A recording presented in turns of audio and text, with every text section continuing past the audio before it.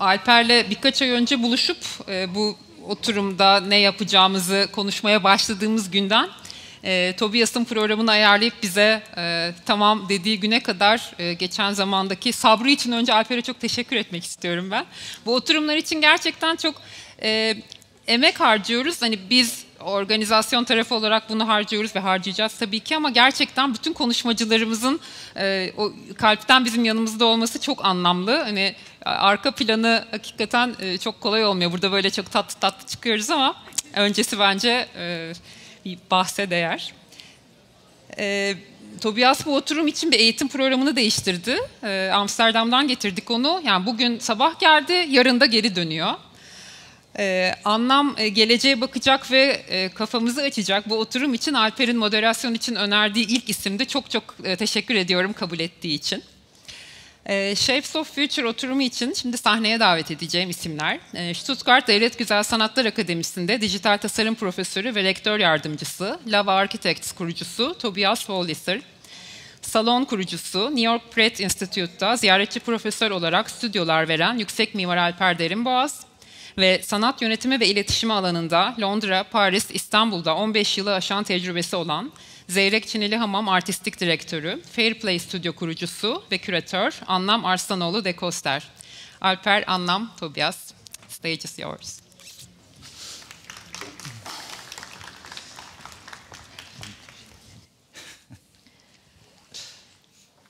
Hello, good evening, everyone. I'm so delighted to host two incredible visionaries in architecture today. We only have one short hour today. We will be able to accept a few questions at the end. So I will try to not to talk a lot tonight and leave the floor as much as possible to our speakers. But I just wanted to say we are extremely lucky to have them together on stage.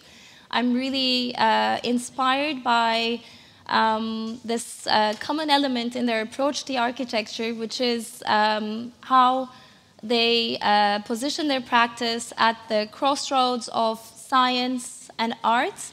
And if I might also add, also philosophy, because I think you are both really innovative philosophers and thought leaders, in addition to being incredible practitioners in the, concrete sense of the term.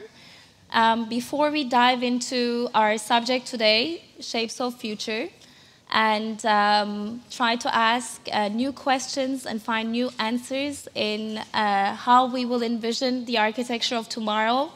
What does change mean today in architecture? What is the main question architecture should ask itself? I would love to first get us acquainted with both Tobias and Alper's practices. So we will have quick presentations of each architect. So Tobias, would you like to get us started?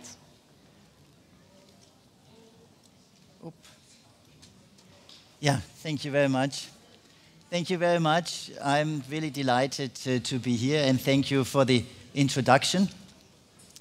It's always a pleasure to talk about architecture. I really think this is one of the greatest professions you could actually have, because it's already been said, architects should be very versatile, and it is something in our today's world, everything, that science and scissor come from the same word, and scissor means with the scissors you can cut everything apart, yeah? So science is also very good on focusing on certain aspects, but there's always the danger that we lose the oversight of everything that's happening. So that is why I think architecture is really an amazing profession. And when I set out with two partners in 2009 to open my own office after having worked for UN Studio, Ben van Berkel, for 10 years, we called it LAVA, which actually stands for Laboratory for Visionary Architecture. And then, of course, people were saying, what is visionary? Isn't every architecture visionary, because it has to start with something, with an idea you have before it materializes, yeah? And then, why is it a laboratory? And I think this is what we really like. Yeah, we are not an architecture office. We didn't take the names of the people working there. We really want to be something. It's a think tank. It's a laboratory. A laboratory means you do experiments. But if you do experiments, no laboratory would do experiments without knowing exactly what you're doing. You know, nobody wants to take the risk that everything blows up. So you do it in a calculated way, and that's something where we are inspired from of course, from science in one way or the other. But then we're still trying to create meaning and to really look at things in a very broad sense. And these are some of the projects we're working on, and I don't want to show a lot. Like the top row, that is the German Expo Pavilion in Japan 2025, which is actually a manifesto for circular building. The images underneath is something of the Trojena Mountain Resort in Neom in Saudi Arabia. The next one underneath is the Expo Pavilion in Dubai from 2020, also the German pavilion. And the lower three images are again from the central hub of Trojena called the Vault. But what's interesting now is we have grown by now. We're around 100 people worldwide. We operate from two cities in Germany, from Berlin and Stuttgart. We also have some people working with us in Vienna. We have people in Ho Chi Minh City in Vietnam, and also an office in Sydney. So this is global, but at the same time we're very focused. Like the work is basically, if you draw a line between Germany and Australia, everything that's in between is basically where we are working at the moment. But what really is what inspires us is actually nature. So we can talk about art, culture, and maybe science, but then nature is actually the best teacher and the biggest inspiration you could probably get. So this is a mixture of some projects and some systems and shapes you find in nature. And for us, this is the most important part, that as architects, we shape the world, we shape the surroundings for other people, and that is something which otherwise only nature does. And nature does it in such a perfect way that it is actually something we cannot match anyway, but we should try. And at the end, how can we do that? I think, you probably know these colorful icons here. It's from the United Nations, the sustainability goals. So I think what is the biggest challenge for humankind and for all of us? I think, we live in a world where constantly going back to science and scissors and cutting everything, a lot of people are telling us that it's us against them, and it's these people against the others, and everything is divided. We are all in the same situation. We all inhabit the same planet, and there's only one planet we all have. So I think these divisions don't make sense at all. Yeah, it's all of us trying to keep this place habitable or not. And if we don't want to do that together, then all of us could also lose. So I think that's the point which is very important today, is the questions like, how could we do that? And usually post-carbon, anything post-fossil fuels is quite important, And then also technology. We think that technology is a tool. Mm-hmm. And every new tool has new opportunities. But it is a tool. It's not an end in itself. So don't be afraid of AI. But we have to learn how to use AI, and we are the ones who should really define the goals. And I think we have also other things like skills we have as humans, crafts, and at the end, it's the experiences for us as humans.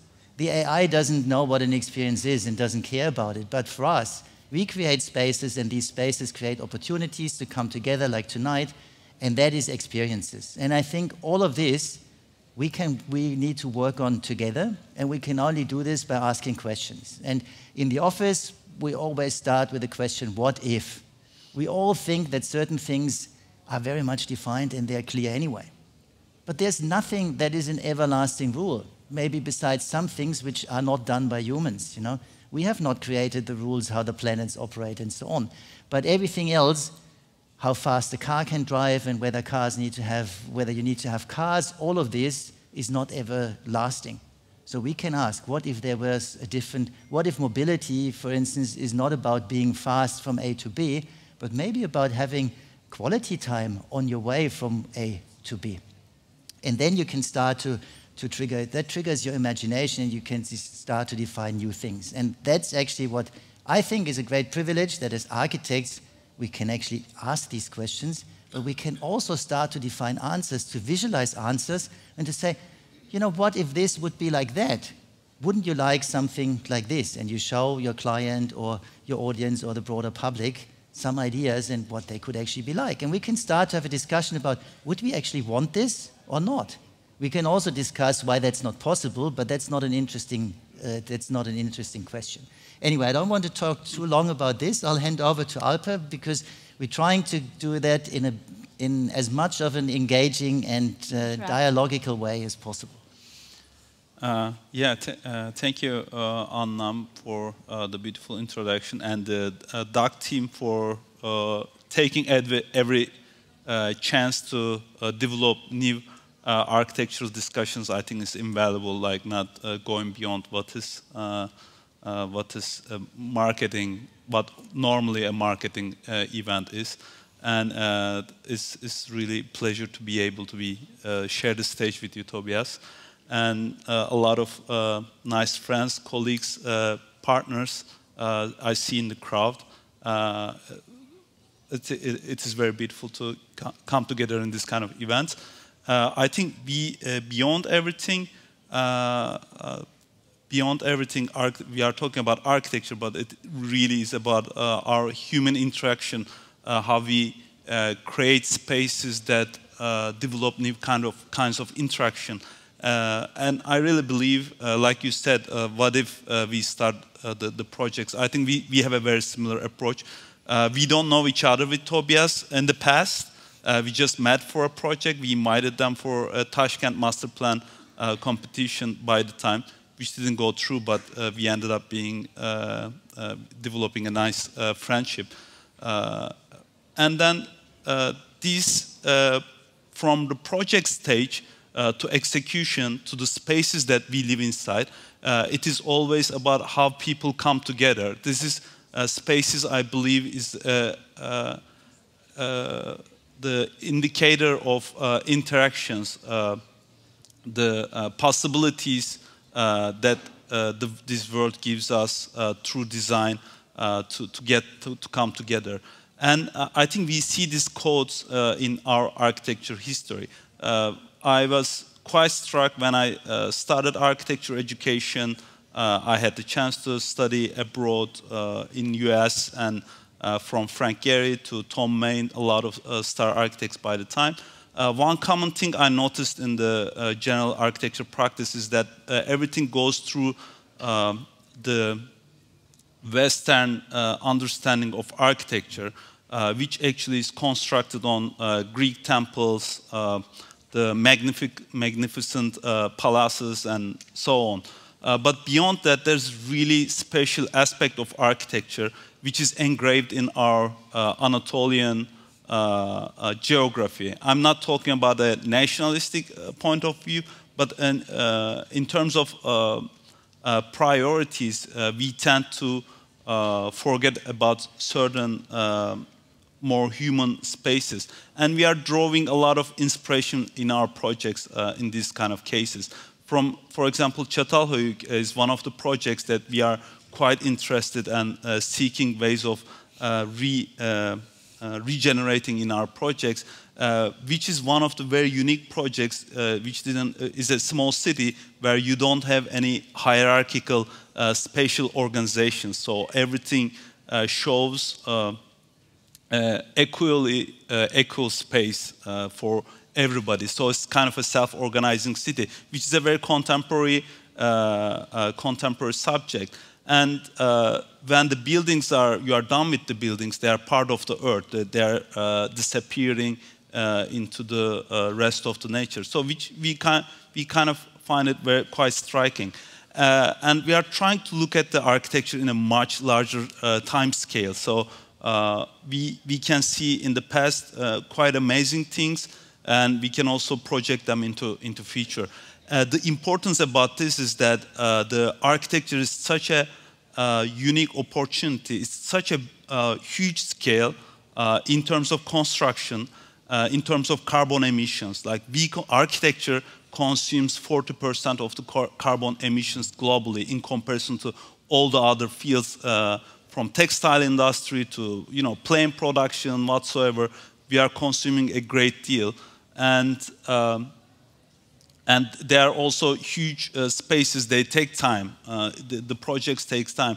The Istanbul City Museum we are working on, 40,000 square meter, one of the largest museums in Turkey coming up, is taking more than 8 years by now. So it also takes a lot of effort. So these are all, every new building is a unique opportunity to come up with a very new ways of living together, new thoughts, future part of being able to be part of the future vision, which I believe we are not taking a lot of advantage of. I mean, as a society, at the end of the day, the buildings end up being part of an economic equation.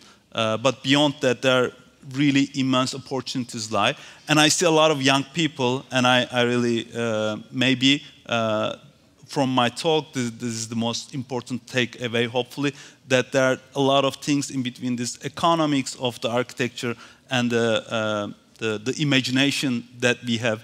There's a huge disparity, and I'm thinking there's an incredible opportunity in between those for the new generation. It seems like we are not getting there together with our generation, but maybe together with the next generation it becomes a more interesting journey. Beyond theory,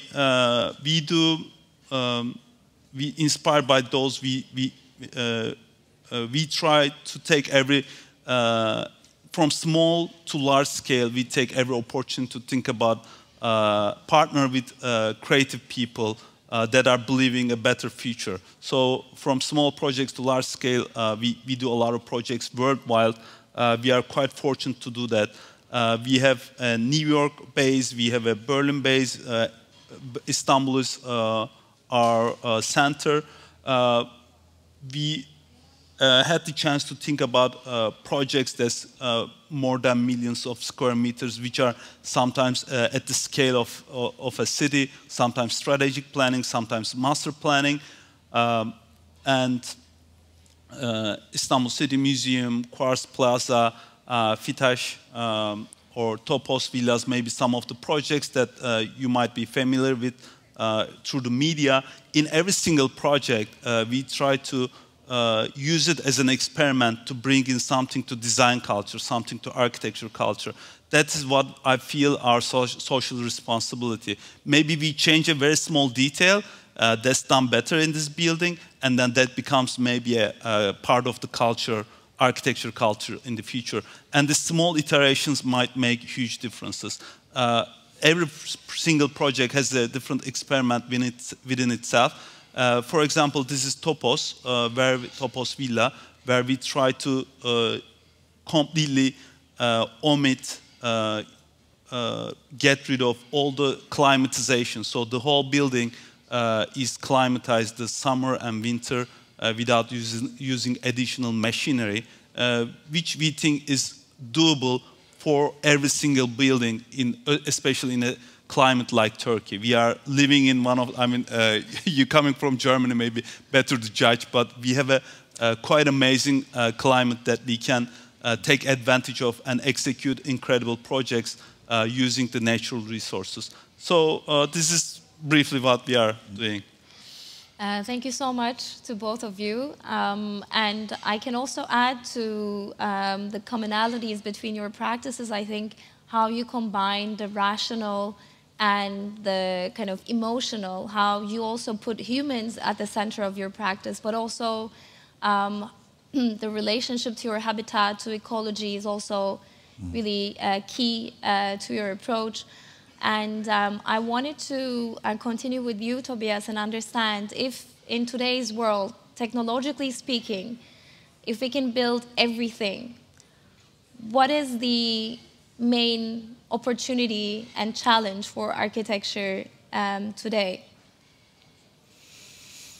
I think that's a really good question, you know, and if you had asked the question 20 years ago, I would have said, well, let's really showcase what we can actually do, you know, and create something like incredible buildings. And I think today we're in a different, it's a different world, you know, and something which when I studied architecture was my dream, you know, to build big buildings, is not a big thing anymore. It's not that I haven't realized so many big buildings, so it's not the point that I've been there.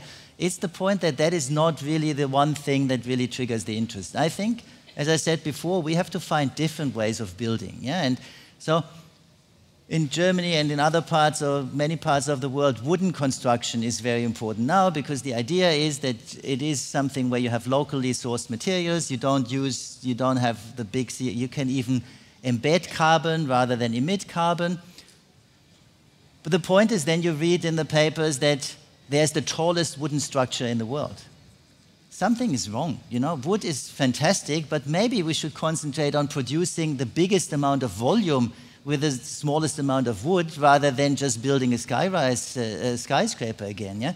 So I think, and that is a challenge. The challenge is to really understand, with the possibilities which we have, what are the topics? What do we really need to answer? And I love the quote from Cedric Price, who actually said, if technology is the answer, what was the question?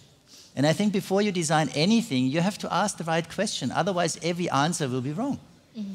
And so one of the things, and it's already up here, which I would like to show, is this was a fantastic project which was done together with my wife Leonie, who is actually trained as an architect but now does permaculture. And permaculture is a very holistic way of designing ecosystems. And these ecosystems actually also include plants and animals and so on. And we had the chance, it's a competition for a project in Hamburg, which was an institute for lifelong learning, which is great about that, because it's not a school. You know, everybody knows what a school should be like. Yeah? And the moment you have this, you get all these Excel sheets and everything needs to be evaluated and based, well, like a normal school. No, this was not a normal school. This was a lifelong learning institute. So for us, the great thing is you can start with this. You don't say like, oh, a typical classroom is 25 square meters or 30 square meters or whatever. You start with, what do people or children actually do in a school, you know? And then, okay, so you start looking at activities that take place, and you start to design around the activities. And because it was lifelong, there were activities for under 18 and activities for people above 18. And the idea was that there's a coding school, and there's also something where the young learn from the old, and the old can learn from the young. So it is all about communication, but then also... Was this a public project? Sorry. No, that was a private project, actually. But it could be a public project as well, yeah? So the idea is, once you start with this, and you say, we locate activities, then you can also start to think about, you don't start with a grid, and you don't start with square meters, you start with a map. This was basically a quality map, where we said, okay, if we have a building of a certain size in a certain location, where could we get green inside the building? Where do we get light into the building? Sometimes we also would like to have something that is dark, or where could you have privacy? Mm-hmm. So we started locating qualities, and then we put the two things together. And this is what you see as a result. It's a building that produces a lot of energy on the roof. It also collects rainwater. The rainwater is used for the gardens all around. And we have a zone around the facade, which is actually partially used for teaching. It gives access, everybody has access to the garden. And it's also something where the plants can actually grow alongside the building. And we took the plants to the inside. On the upper right-hand side, you see that zone actually between the inside, actually the heated area, and the area which is an in-between area. And then we had a big central space, which is a big atrium for everything to come together. A bit similar to here, where you have showcases, where you have everything in one space. And that is actually, that space is at the center between the spaces for the above 18s and the people below 18. And in a way, that was a starting point. So the building becomes an ecosystem. It is something where people really live with nature, experience nature. We have the water that's actually being used.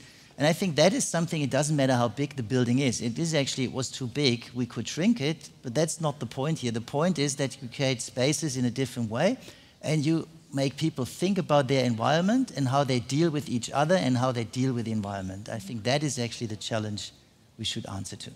Absolutely. And just as a short add-on here, this is the pavilion in Osaka, which learned a lot from it. If you look at it, you know, our pavilion, the German pavilion, will probably be one of the ones that look the smallest, because we're trying to tuck everything away. We're not building very high. There's no elevator in the building. There's no escalator in the building. Everything you can do on a ramp. So it's actually the no or low technology.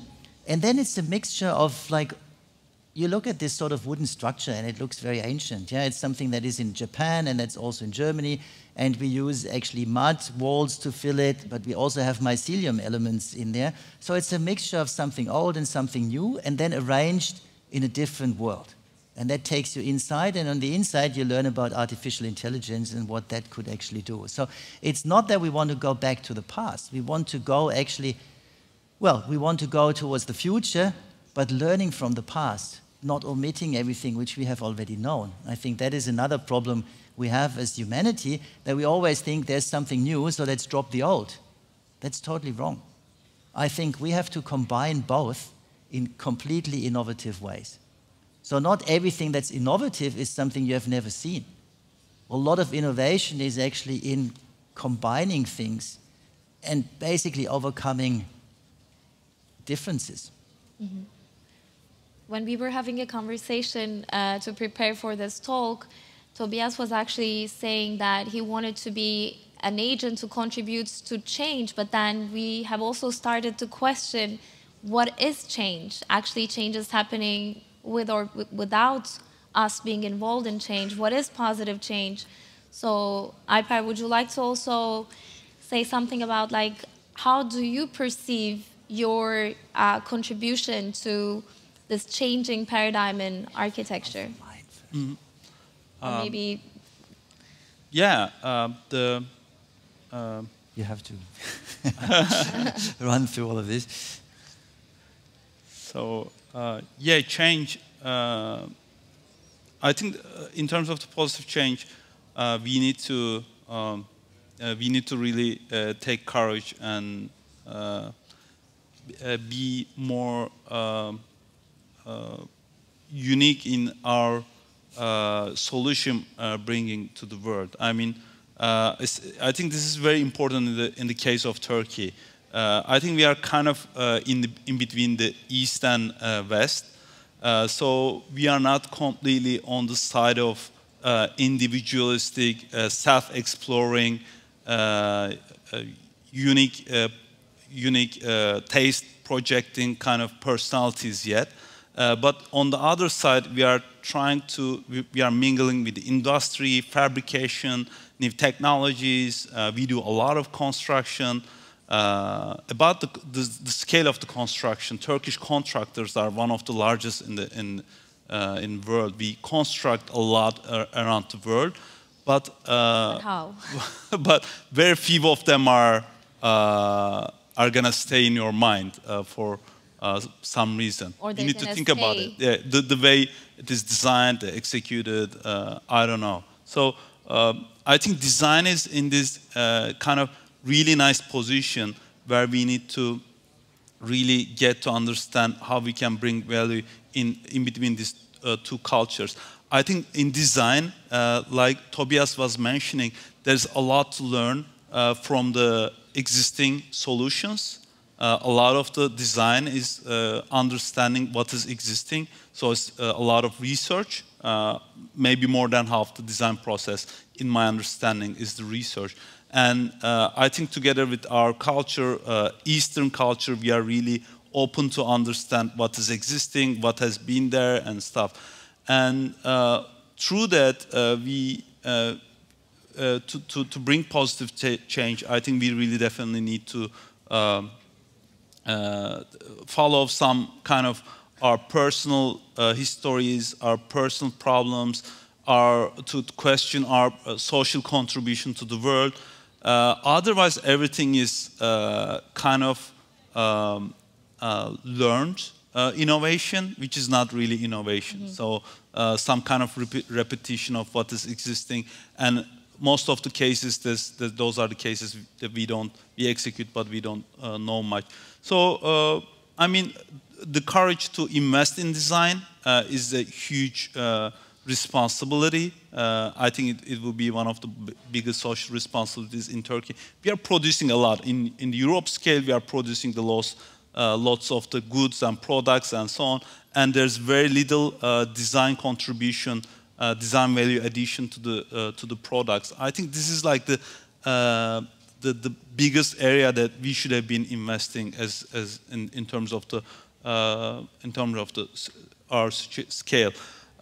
In terms of architecture, also, we look at these graphics. We are doing for a very small percentage of time. We are doing quite a mess for the world. So 2.8% of the whole global economy only in architecture. We are generating 40% of the carbon emissions. So this is a really striking responsibility, and I think there's a lot to be improved here. So in investment, there's something called ripe for disruption fields. So this is definitely one of those, I think. I was mentioning with the topos, we try to leave a lot of space for personal expression and self-expression and so on. Also, we work in variety of scales. This is one of the smallest projects we have done, collaborated with Reflex Studio and WWF Market. Even in a shopping mall scale, we wanted to see how we could innovate and come up with unique, special spaces that are robust. So when we look at the retail spaces, we have seen that like 40 to 50% of the spaces are renovated every year. So this is a quite turnover. So we decided maybe we do a robust project. So robustness is the core of sustainability of our stores, for example, in this case. Or we are working in a new, recently completed building. We come up with a spatial facade situation where we create a facade zone which works as a heater in summer, cooler in summer, heater in winter. So it would balance the whole climatization inside. This is beneficial also because you can use the natural air. So we see a lot of the, I'm sure like conditioning this building is probably every 10 years you would be able to construct another Zorlu center because of the maintenance cost. But if you are able to minimize these things in terms of the cost and the sustainability, our responsibility against nature, we could bring in a different perspective. And when we are doing the projects, we try to understand what is underneath. If you are doing in a shopping mall, we try to understand where we are located, what a shopping mall means. If you are working on a newly open construction field, we try to understand the surrounding, what is underground, and we try to reflect pieces above ground. And we try to, every once in a while, we try to spend time for artistic projects. For an architecture studio, I think it's quite costly to experiment with artistic projects. But since the beginning of our practice, we try to save some energy for soul innovation. So, for example, this building, this facade, which we collaborated with Refik Anadolu in 2011, we completely used digital data to fabricate physical, eliminating a lot of the fabrication on site. So better human working conditions and better precision at the end of the story, together with a completely immensely beautiful visual experience. It ended up being a very interesting experimental project. So I think experimentation is not beyond being fun. I think it's kind of responsibility in terms of our geography. I think you touched upon two notions that I would like to develop with you, Tobias. One is courage, and the second one is the carbon footprint of architecture, because I know that you're quite bold and audacious in your approach, and I know that you're working on something extremely groundbreaking in the Middle East right now. Would you like to tell us about how you hate this notion of being afraid in architecture and how you're defying the limits of courage?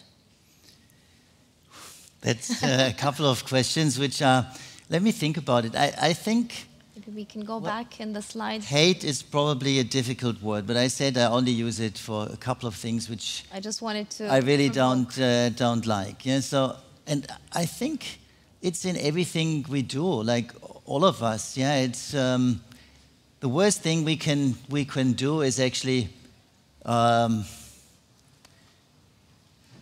only do things which we think would be accepted by everybody else. I think we have to listen to our own intuition. I think that is very important. Yeah, don't do something because you want to please somebody else, and that goes for different directions. And of course, if I say today that in Germany that we're working in the Middle East, I mean, you all know what happened at the Soccer World Championship. Yeah, I don't have to say much more.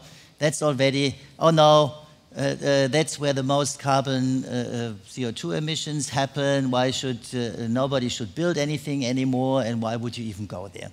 That's what Alper said before. It's a very Northern European or Eurocentric perspective. You know, there are parts of the world, and I think Northern Europe, or Europe, is a part where I think almost the average age in Germany.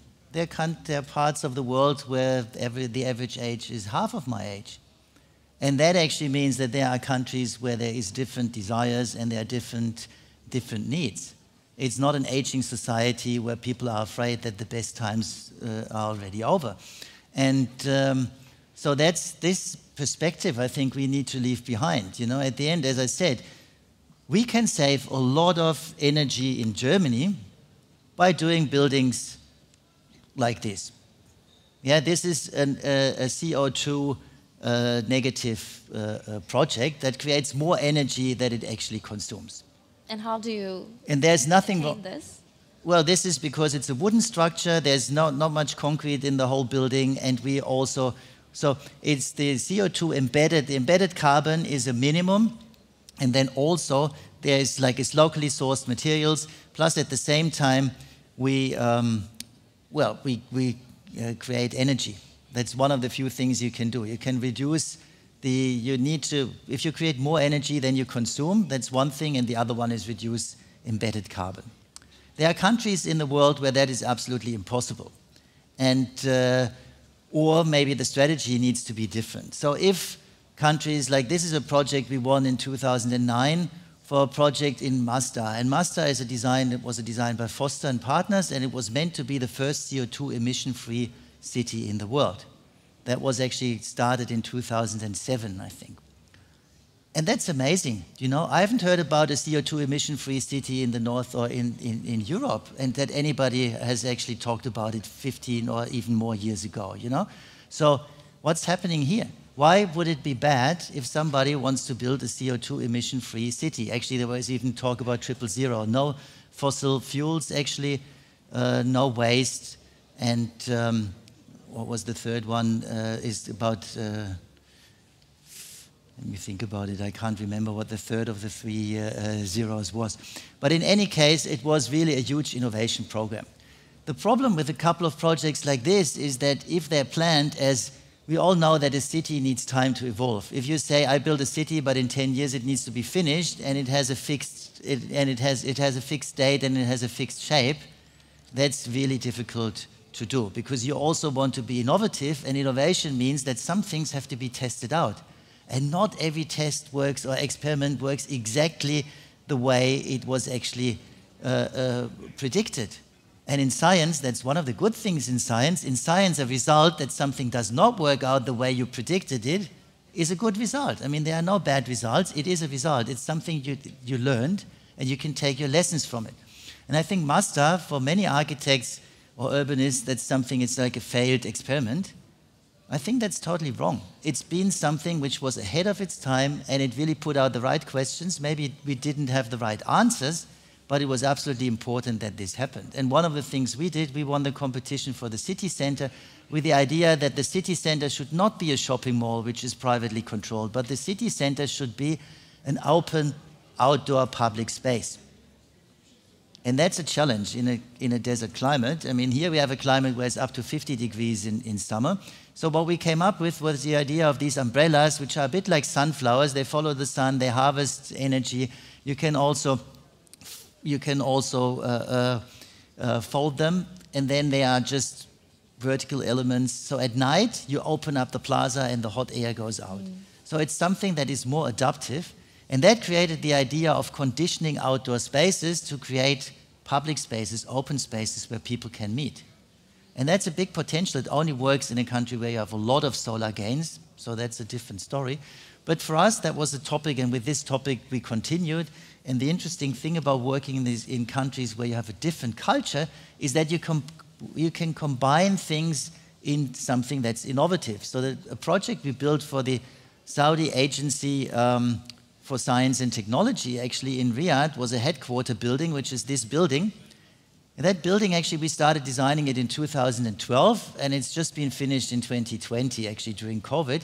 But the idea behind this building is it's a low-energy building, and it also is a building that takes clues from atrium houses, but the atrium houses are stacked, and it creates completely different working conditions. If you see how people were working before, it's all stacked floors, and everybody sits in there, everybody behind a cubicle desk. And now it's open, you see where others are working, you have spaces to meet, you have open spaces, you have closed spaces. And of course, it's a low energy building, but it also has this facade, which became 10 years later.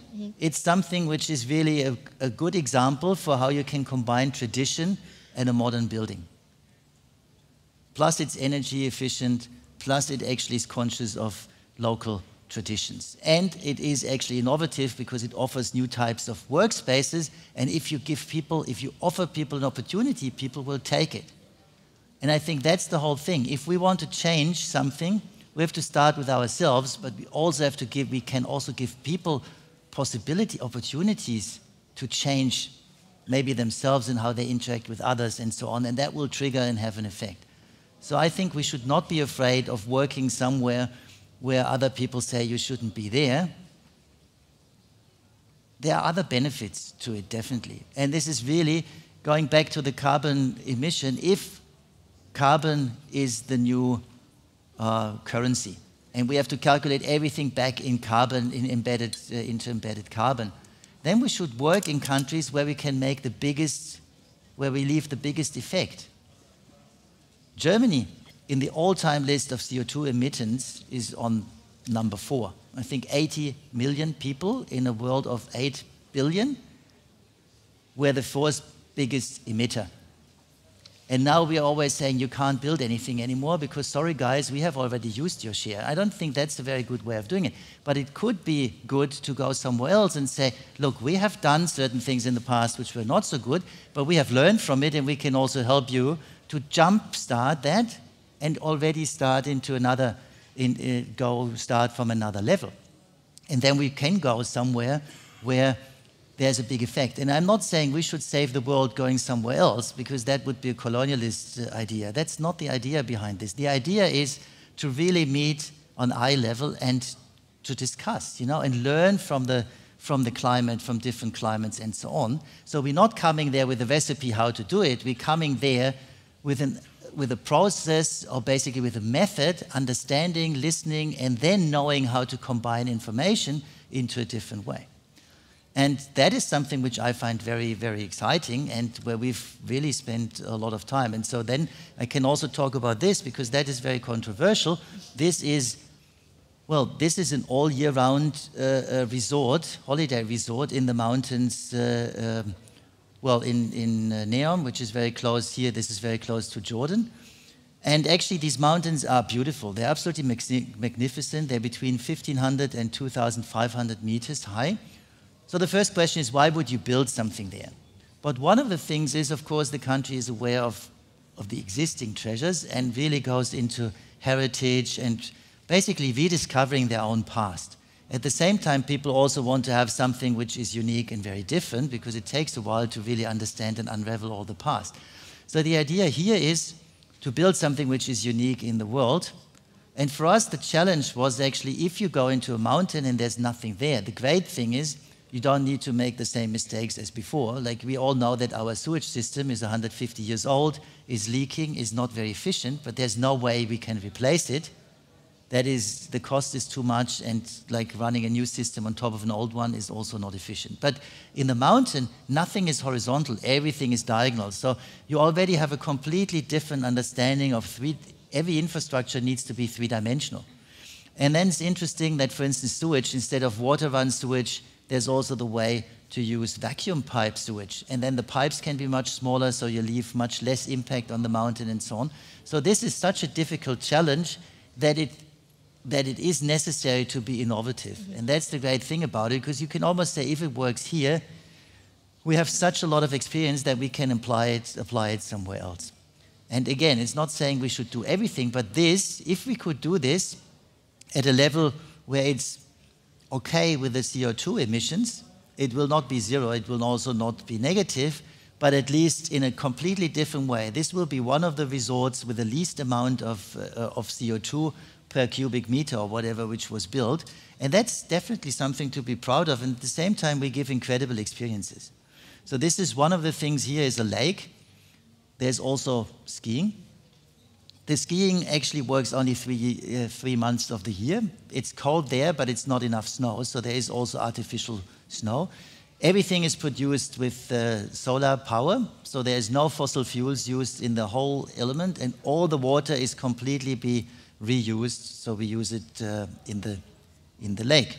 The lake actually gathers all the water. But this lake gives a completely different experience. In the summer, it is actually cool. That is the summer attraction. You go to the mountains, the temperature is 5 degrees less than somewhere else, plus you have this lake, so it's a completely different micro ecology, actually. And that makes a very unique destination. And then we have something else which we call the Vault, which is the biggest building, but that is embedded into the mountain. So this building also creates, at the bottom is a park, and then all the buildings actually rise around the park, and they mirror the park up into the sky. So it is a completely different three-dimensional experience. That building also uses a lot less energy, and it also distributes the build amount in a, well, it's not spread out, it's just in one spot. So we only use 4% of the entire territory will be, well, built up and changed. 96% will be a natural reserve and a habitat. So is for hiking, of course, but there's also a lot of wildlife species. And in total, there's a lot of, well, all the plants were documented, and this really becomes a nature reserve with a center, which is actually human habitat. So it is about finding a balance between human settlement and these mountains. Now, the next question, of course, could be, this is luxury. Yes, it is luxury, if we think about it, but if we can give people the idea that the real luxury is to live much more in harmony with nature and to really do something which doesn't work against nature, but really tries to embrace nature and bring people closer to nature, this is something which a lot of will become attractive for many more people, and then it's hopefully being rolled out. So we are aware that this is a tricky thing, but at the same time we think it's the right thing to do because it can create an influence and become something which makes people think about it and also could set a precedent for other things. We can probably learn a lot from this which can be applied somewhere else. And so that's why we decided to work on this project. The project is under construction at the moment. It's not that we are doing all the architects, we are the master planners, we're doing a couple of projects. But yeah, it's something that will definitely be a unique project. I think the learnings from these projects happening in such extreme climates can be valuable for the future, given that climate change will bring hotter climates to the western part of the world as well. But obviously we don't have enough time to delve into the kind of ethics-related questions of mega projects and what do they mean, where do we draw the line. This is a much bigger conversation. I wish we had the time to dive deeper. But before we maybe ask some questions get some questions from the audience, I wanted to just get a final thought from you on the way you approach heritage and what's underground, what is, you know, kind of the invisible when you are given a site to work on? Thank you for the question. It is interesting that we, as architects, have no idea about, in comparison to what, this is again, okay, this maybe. So, as architects, we are, like, in comparison to all the other professions, like from car mechanic to doctor to lawyers, I mean, you got to understand what you are working on so precisely that you almost know everything that's available in the existing literature. It's not the case in architecture. When we are building on something, like, we sometimes don't know much about the city that we are building in. We sometimes don't really understand what is underground. Imagine you are a doctor and operating on a body. I mean, being an architect is kind of that way. Like, you are fixing kind of a piece of nature and making it habitable, but still making sure it works with the nature. I think that's what we should be doing at least. But we know quite a little about that. So I think that's a very striking thing. On the flip side, it's really hard to know everything. But as an architecture project, every project should be a kind of research project. We should take it as a research project at least. This is one of the founding projects that we did in our practice in 2014. We have been fortunate enough to represent Turkey in 2014 Venice Architecture Biennale, together with 4 artists and architects. Rem Koolhaas created 2014 fundamentals. And in this case, we had the chance to delve into what Istanbul really is. Because when you look at Istanbul in the planning perspective, it's really hard to grasp it in terms of urban planning strategies. So it almost looks accidental or spontaneous. But then through also, like Tobias mentioning the mountains, building on the mountains is a completely different thing. Because Istanbul is so strange in being, comes from the geographical condition also, majorly. You normally don't get to build metropoles on such a hill surface. So this is there are a lot of stories about that. How does that happen? The king by the time had a prophecy that suggested we should be doing the city here and so on. I don't know the actual story, but it's very strange. And then, but still we are executing a planner approach where we don't really understand the articulation of this kind of really strong landscape and geography. Whereas we could have come up with really interesting interplays between the height differences. We could, this is like, Istanbul is one unique location again. People are going to be amazed by the view. Like Tobias was really happy to see the view from our office, or a lot of people, a lot of time you go to a rooftop and so on, because of this unique topography. And our architecture making is not, again, kind of a repetition of Western learning, where metropoles happen in the flat surfaces. So I think there's, again, a lot to discover. This is what we have learned in these studies in 2014, and we try to execute it in different levels. Of course, regulations dictate it in that way, and I think there are a lot to discover around this. But like I said, I mean, small projects, again, a lot of young people here, small projects became activator of much larger projects for us. I think in any scale, our design is important. So maybe that's a suggestion to the younger generation.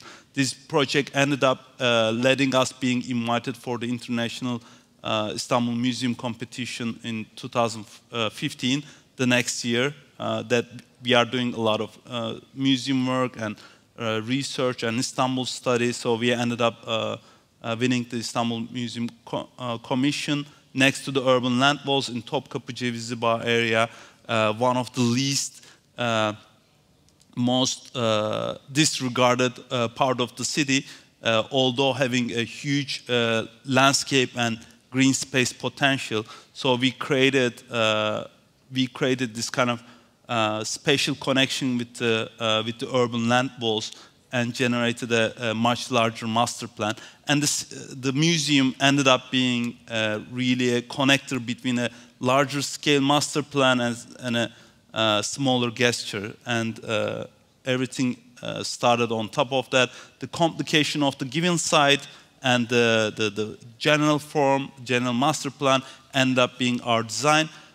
Because this was a very sensitive, historically sensitive site where we shouldn't be touching any of the underground excavations, because there's probably a lot of Byzantine heritage beyond that. So we came up with this kind of complication that became the driver of the project. I really like Tobias showing me today a couple of the projects they were doing, and one of the projects he's like full of circles, and he was making fun of his project, like this, you know, circle packing and stuff. I'm like, why not packing? I think this is kind of embedded in this. There's a lot of, I think, architectural culture conflicts.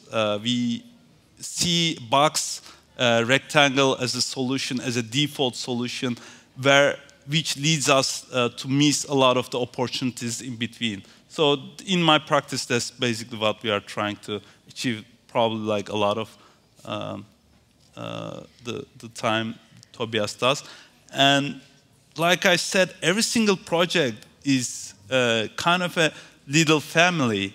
This is like 50 different people, engineers to consultants. We worked in a single project, and this is kind of already, you know, group of people. How you interact with these people is very important, and we think that will reflect to the projects when you do it nicely in continuation. So, you know, we go when we are in the stages and talks, we talk by ourselves, talking about like how amazing we are and stuff. But beyond that, there's really important people that we are able to collaborate. It's a combination of collaborative efforts beyond singular talent, I think. It's the beauty is behind that. And like I was saying in the beginning of the presentation, there's immensely amazing, inspiring findings in our geography that is super understudied. Like this took us weeks to find a proper plan of Derinkuyu underground city or Çatalhöyük plans. Like this is the most iconic, one of the most far-reaching, history-reaching things that we have. And they are beautiful because they are proposing a different society, an alternative to what we know as a standard, imperial, you know, like categoric society organization. I think they propose immensely interesting future. Maybe that's possible at some point. And a lot of our discussions are published in a book recently. Hope you can find a chance to have a look at it. Thank you. And I know that Tobias, you also recently published a book, but unfortunately we are almost running out of time to mention the publications, and I think the discussion you're opening with the archaeological findings would have been an amazing one too. But we have 2 minutes and 30 seconds left, and I know that we have to respect our timing, so we can take maybe one very quick question from the audience, if there is one. And if not, I just wanted to say that... Maybe we have 10 more minutes, I don't know, for questions. For me as a curator, it's always an incredible opportunity to discuss with architects, because they definitely broaden my horizons, because in the contemporary art world sometimes we're too stuck in our little bubble. So it was definitely an incredible opportunity of learning and unlearning for me. And I wish we could continue a bit longer, but thank you so much. I think architects definitely have both the privilege and the responsibility of shaping the world we live in, and we're lucky that we have also architects who do it in a deliberate and considerate way, taking into consideration the human and environmental factors. Thank you everyone for coming. Thank you to the organizers for having us for this beautiful event, and thank you for Alper for inviting me. Thank you for being with me. It was very nice, very inspiring to get together. Any questions? Maybe last So if you don't want to ask the questions in public, you know, we'll be around. We'll be around. Yes, we stick around. Sometime, and you can approach us directly, please. Thank you. Thank you. Thank you.